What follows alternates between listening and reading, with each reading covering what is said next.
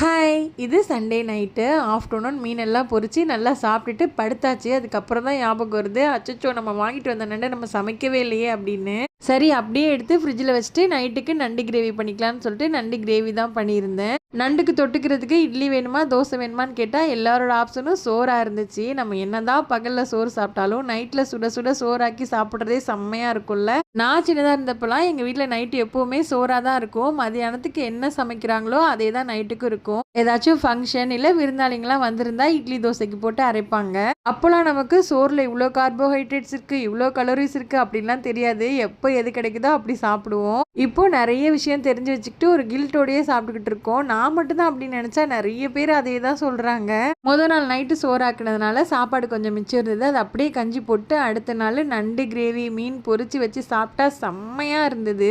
இந்த கஞ்சி கூட நம்ம என்ன வேணால் தொட்டு சாப்பிட்லாம். கருவாடு, காரா பூந்தி, வெங்காய வடை எது வேணாலும் தொட்டு சாப்பிட்லாம். செம்மையாக இருக்குல்ல.